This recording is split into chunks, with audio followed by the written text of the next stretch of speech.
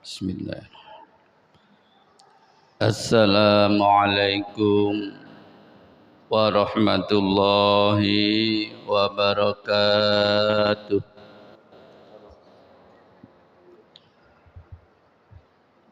Bismillahirrahmanirrahim.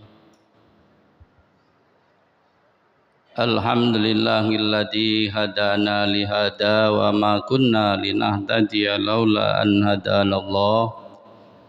Asyhadu an la ilaha illallah wahdahu la syarika lah wa asyhadu anna sayyidina Muhammadan abduhu wa rasuluh. Allahumma salli ala sayyidina Muhammadin tuwasi'u biha alainal arzaq wa tuhassinu biha lanal ahlak wa ala alihi wa sahbihi wa sallim. Qala Allah Ta'ala fil Qur'anil Karim, a'udzu billahi minasyaitonir rajim.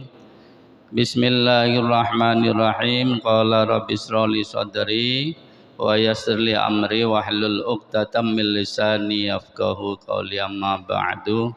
Hadratul kiram, para alim, para ustaz, para kiai, wabil khusus jamaah salat subuh, baik bapak-bapak maupun ibu-ibu Masjid Besar Baitur Rahim Merauke Jambi. Syukur alhamdulillah kita sudah melewati 2 fase selama Ramadan. Dan hari ini kita memasuki etape yang ketiga, sepertiga terakhir.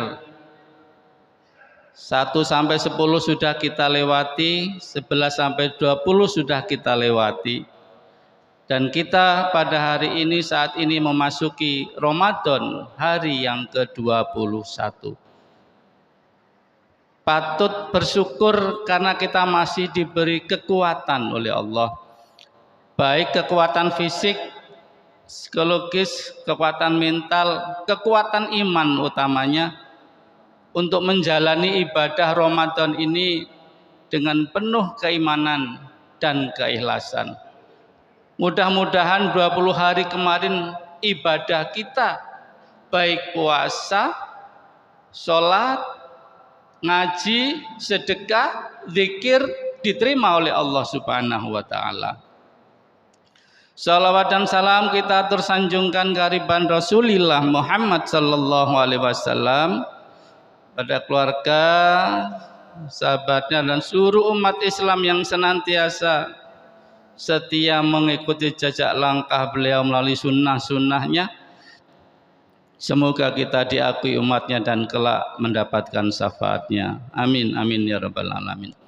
Bapak-bapak, ibu-ibu jamaah sholat subuh yang dimuliakan Allah, beberapa pertemuan yang lalu kita telah mengupas tentang syariat Islam, agama terakhir, agama samawi, agama langit yang terakhir turun, disampaikan melalui malaikat Jibril pada Rasulullah Muhammad SAW ketika jiwadak sebagai tanda bahwa syariat Islam telah sempurna.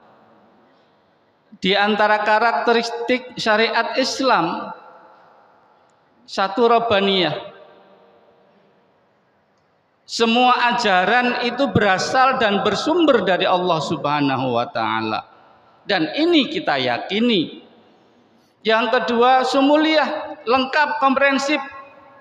Semua aspek kehidupan ada di dalam ajaran Islam. Dan itu ditata, diatur, agar kita sebagai umat Islam menjalani kehidupan ini betul-betul teratur. Yang kedua, Insaniyah, bahwa agama Islam, ajaran Islam, syariat Islam, ketentuan-ketentuan Allah yang tertuang di dalam sumber-sumber ajaran Islam itu bersifat humanis, kemanusiaan, bisa dilaksanakan oleh umat manusia dan tidak memberatkan. Ajaran Islam itu turun bukan untuk Allah, tetapi untuk kita umat Islam, menjalankan agar satu, taqarrub kepada Allah. Ketaatan kita tiada ujungnya kecuali mendekatkan diri kepada Allah, termasuk puasa. Puasa Ramadan ini Bapak-bapak sangat manusiawi puasa Ramadan ini. Dan tidak hanya puasa Ramadan saja, semua ibadah dan semua syariat itu bersifat insaniah. Mampu dilaksanakan oleh manusia dan itu tidak memberatkan. Apabila ada sesuatu yang membuat orang itu tidak mampu, pasti ada rukhsah, ada keringanan. Wudu misalnya tidak ada air, diganti tayamum. Sholat, kalau waktu normal kita melaksanakan ibadah sholat sesuai dengan ketentuan.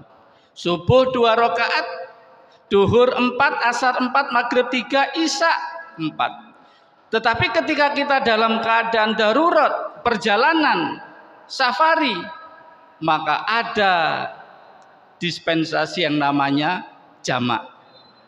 Ada yang namanya qashar, meringkas sholat. Lah ini menunjukkan bahwa syariat Islam, ibadah di dalam Islam itu tidak memberatkan. Ketika kita dalam keadaan normal sholat harus berdiri sebagai rukunnya. Tapi ketika kita kondisi sakit, maka boleh sholat dilaksanakan secara duduk. Tidak bisa duduk, berbaring. Nah, ini syariat Islam menunjukkan bahwa Allah tidak membebani hambanya melalui agama. Makanya kita patut bersyukur. Puasa ini Nabi menyampaikan sumu tasihu. Berpuasalah kalian maka akan sehat. Menurut logika, orang yang lapar itu tidak sehat. Orang yang haus itu tidak sehat. Tetapi karena ini ajaran agama, melalui lisan Rasulullah bahwa puasa itu membawa kesehatan. Akhir-akhir ini banyak para peneliti dan dokter menyampaikan bahwa puasa itu banyak manfaatnya. Sampai-sampai ada peneliti yang menemukan istilah autofagi, ya, bahwa di dalam tubuh kita itu ada yang namanya sel-sel bisa memakan sel yang tidak bermanfaat karena lapar. Jadi kita harus yakin Bapak-bapak, 30 hari suntuk misalnya kita berpuasa, kita harus yakin bahwa Allah tidak pernah mempersulit hambanya, tapi adalah cara Allah untuk mendekatkan diri hambanya kepada Sang Maha Pencipta. Ada sebuah kisah pada zaman Rasulullah, Bapak-bapak, Ibu-ibu, memang kurun ya, bukan kurun, zaman yang paling indah itu disebut pada zaman Rasulullah, zaman sahabat. Sampai-sampai dalam sebuah hadis di Arba'in Nawawi bagian ke-25 itu diceritakan sahabat ini berlomba-lomba ingin berbuat kebaikan sampai protes, kasarnya protes, lembutnya itu mengeluh kepada Rasulullah. Karena apa? Sahabat-sahabat muhajirin tidak semuanya harta. Ada yang mereka itu kekurangan harta sehingga di dalam ibadah itu iri kepada mereka-mereka yang punya kekayaan. Akhirnya mereka berkumpul menghadap Rasulullah. Sahabat-sahabat yang kurang beruntung ini. Di dalam sebuah hadis disebutkan an Abi Darin radhiyallahu anna nasa ashabi Rasulillah sallallahu alaihi wasallam, dari Abi Darin bahwa beberapa kelompok sahabat Nabi itu menghadap curhat kepada Nabi, ya Rasulullah, dhahaba ahlud dusur bil ujur, telah pergi orang-orang yang memiliki harta itu dengan membawa pahala yang banyak. Coba bapak-bapak, sekelompok orang yang kurang mampu menghadap Rasulullah itu menyampaikan, Kanjeng Nabi, tiang-tiang kang gadah arto punya harta punya kekayaan, mereka itu mempunyai kesempatan untuk beribadah lebih banyak dari kita. Kok bisa? Mereka menjawab, yusalluna kama nusolli. Mereka sholat sebagaimana kami sholat. Orang-orang kaya itu sholat, kami juga sholat, sama sholatnya, tidak jauh berbeda. Oke. Berikutnya, wa yasumu kama nasumu. Mereka berpuasa, kami pun juga berpuasa, dan puasanya sama. Tetapi ada yang membedakan ya Rasulullah. Wa yatasaddaqu bi fuduli amwalihim. Mereka itu berinfak, bersedekah dengan kekayaan mereka. Ini yang membedakan kami dengan mereka. Mereka sholat, kami sholat. Mereka puasa, kami puasa seperti mana kami berpuasa. Tetapi ketika mereka berinfak dengan hartanya, kami tidak punya apa-apa ya Rasulullah. Apa yang kami sedekahkan, kami tidak punya kekayaan. Pak, Kanjeng Nabi niku pemimpin yang paling arif. Makanya kita perlu mencontohnya. Apa jawaban Nabi? Qala awalaisa qad ja'alallahu lakum ma tasaddaqun. Ini jawabannya. Bukankah Allah telah menjadikan apa-apa yang bisa disedekahkan? Apa saja bisa disedekahkan. Sampai Kanjeng Nabi menyampaikan, innalakum bikulli tasbihatin shadaqah. Sesungguhnya setiap ucapan tasbih subhanallah itu sedekah. Coba bapak-bapak, apakah mengeluarkan biaya, harta? Tidak. Mengucapkan subhanallah itu dinilai sedekah.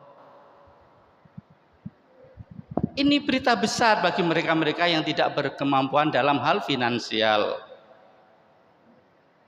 Wa kulli takbiratin sedekah. Setiap bacaan takbir Allahu Akbar itu bernilai sedekah. Wa kulli tahmidatin sedekah, wa kulli tahlilatin sedekah. Setiap ucapan alhamdulillah sedekah. La ilaha illallah juga sedekah. Betapa indahnya di dalam Islam.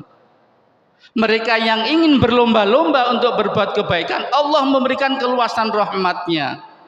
Sedekah tidak harus berupa uang. Subhanallah walhamdulillah wala ilaha illallah wallahu akbar, itu pun bernilai sedekah, bapak-bapak. Oke.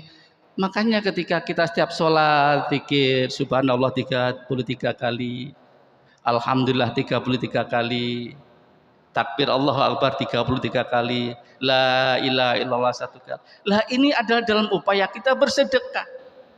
Jangankan itu, senyum kita kepada saudara kita itu pun dinilai sedekah. Cuma senyum.